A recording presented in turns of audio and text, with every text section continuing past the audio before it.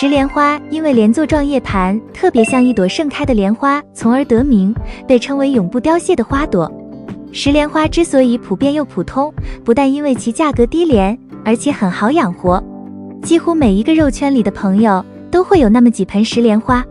虽然比较起其他的多肉来说，石莲花的颜值并不算出众，但它却是新手入门的最合适肉选。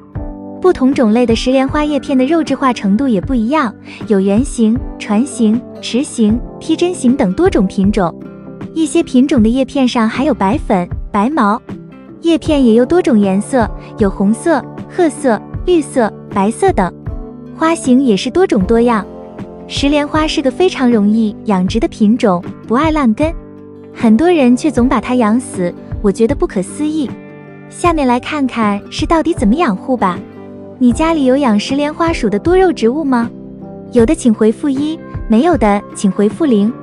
大家好，这里是花花世界的频道。花花干啥啥不行，养多肉第2名。石莲花虽然好养，但是有5几个注意事项，今天和大家一一盘点一下。其中第4个内容是绝大多数新手都不知道的误区，一定记得观看。1、换盆的注意事项。多肉植物在生长期间，根系会不断地分泌出一种有机酸，这种有机酸如果数量少的话，不会影响多肉生长，但是如果多的话，可能会一点点地杀死多肉。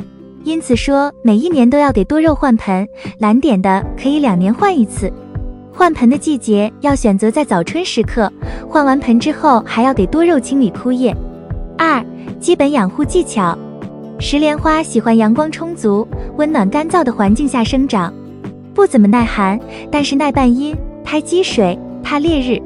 最好是用排水、通风良好的沙土来培养。在夏天要多浇一点水，但也不要过多。特别是冬季，应该控制好浇水的量，让保持好土壤的干燥，防止根部腐烂导致死亡。要长期在干燥的环境下生长最好，不需要浇太多的水。浇水太多会使茎叶徒长，会大大缩短观赏期，特别是冬天会变成无根植株。夏天高温时也不能多浇水，可以以少量的喷一些水。在生长期的时候，要每个月施1次肥，用来保持叶片的清脆碧绿。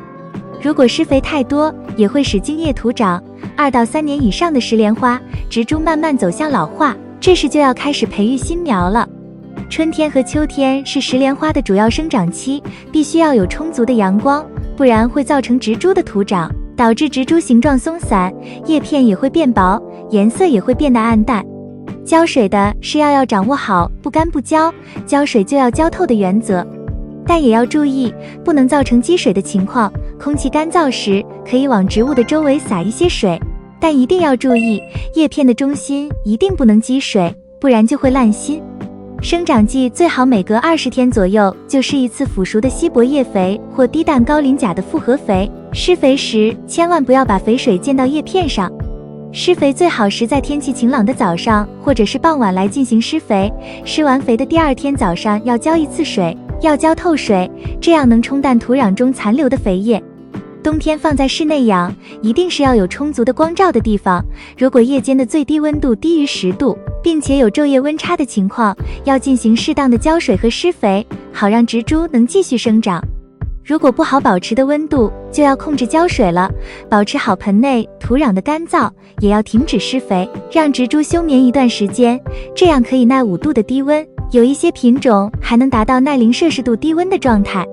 记住10度是一个临界点。3、繁殖。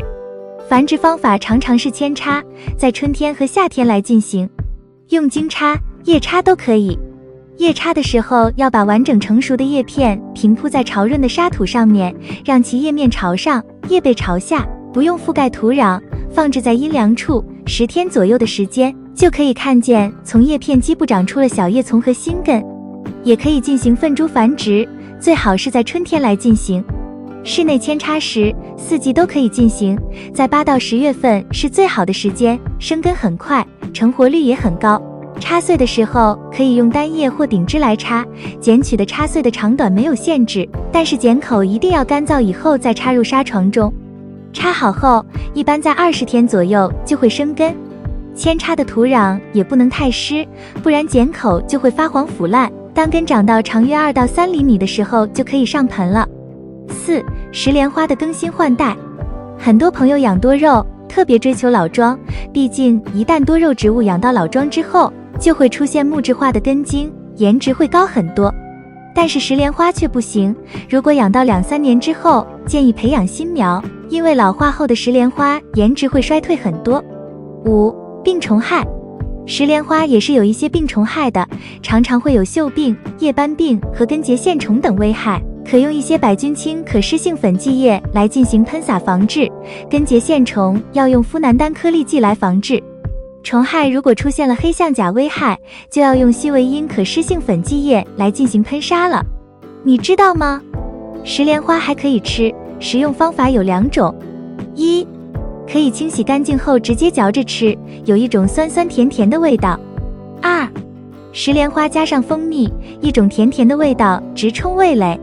如果你培养的石莲花出现了土长了，你知道怎么办吗？